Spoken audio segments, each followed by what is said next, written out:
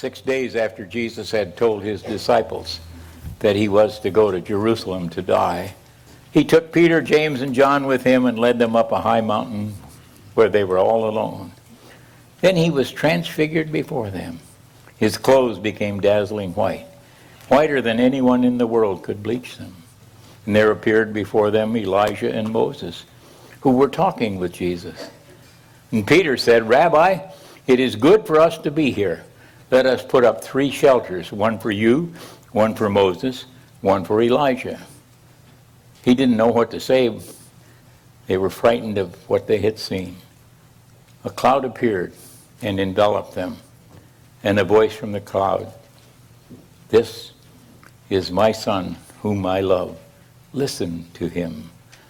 Suddenly they looked around, and they no longer saw anyone with him except Jesus. As they came down the mountain, Jesus gave them orders to tell no one what they had seen until the Son of Man had been risen from the dead. The word from the Lord in the house of the Lord.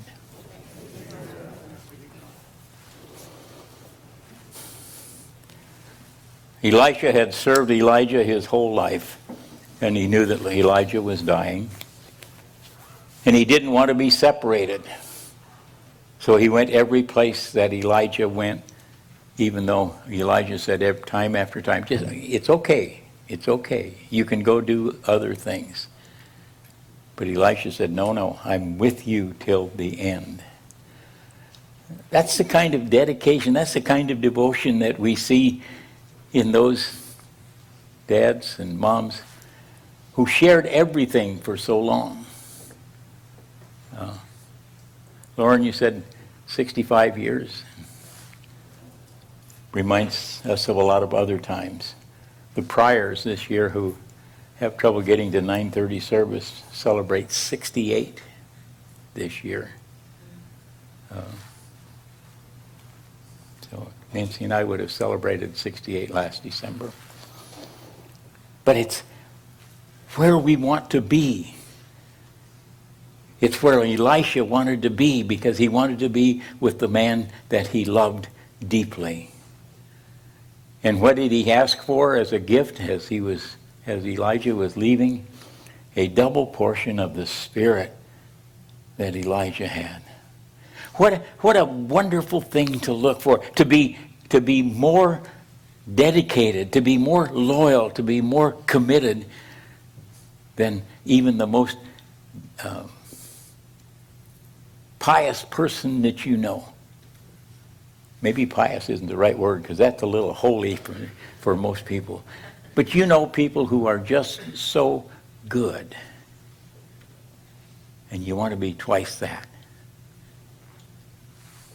That's an awful thing to wish upon yourself, to try to be that dedicated, that committed to a relationship with Christ. The story of today is the transfiguration. Jesus became brilliant in front of the disciples. He'd been with them 3 years.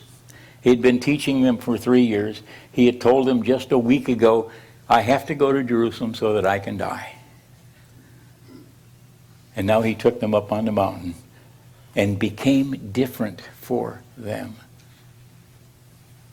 There's two things of this vision on the mountain that we need to look at.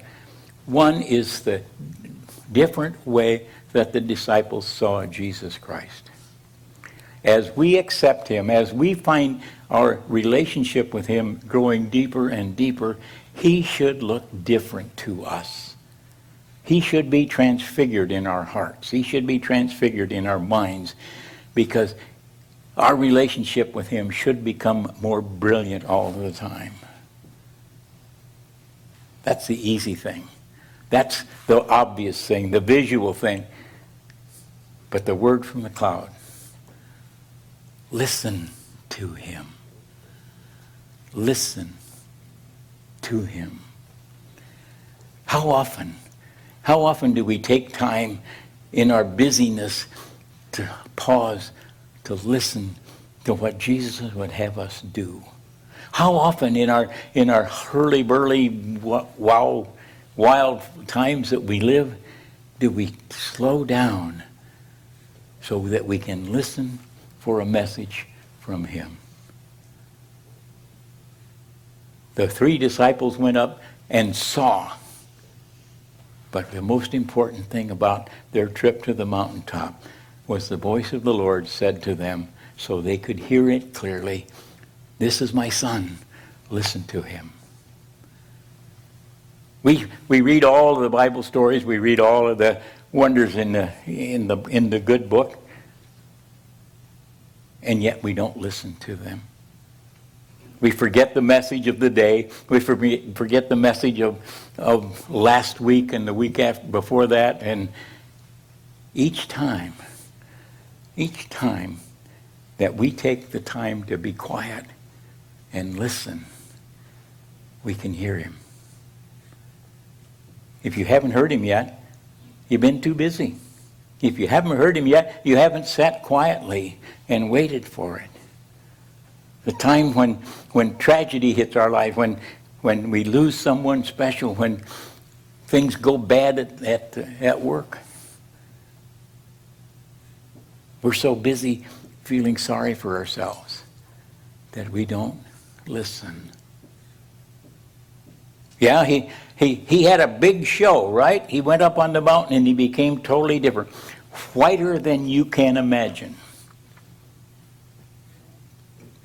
Whiter than you can imagine. That reminds me of I got to tell it. It just popped in. It's in the way. Can't get around it. Of the new neighbors who moved in next door. And the lady said, she hangs her laundry out. Isn't that nice? But she doesn't do a very good job. Because her whites are dingy. Her colors are faded. And the next week she hung out her laundry and said, she's still not doing a very good job on the laundry. And the third week, she put her laundry out and said, oh, she has learned to do laundry. The whites are whites. The colors are brilliant. And her husband said, I washed the window.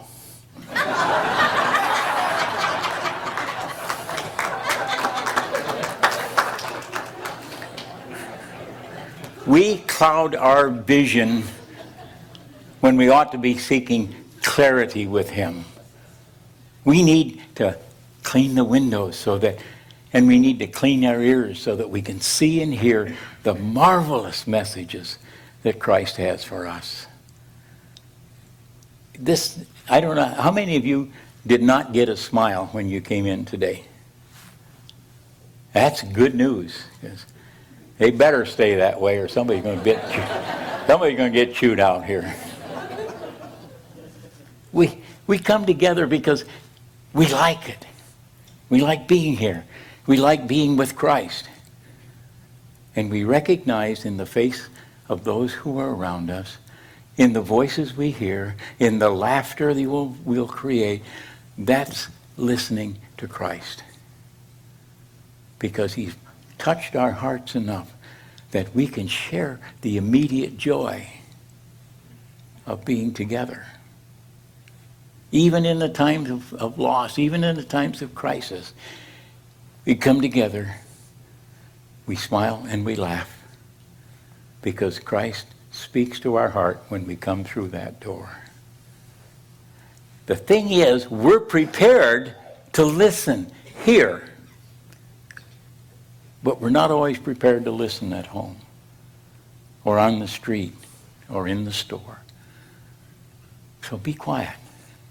Hear the still voice in the wilderness that said, I am the light, the way, and the truth. He will speak to us if we give him a chance, if we let us hear him. Yeah, it was important to the disciples to see the recognition that this is the Son of God. He's been telling them for 3 years, and they haven't paid any attention yet. So suddenly he reveals to those 3 disciples, yes, the Son of God.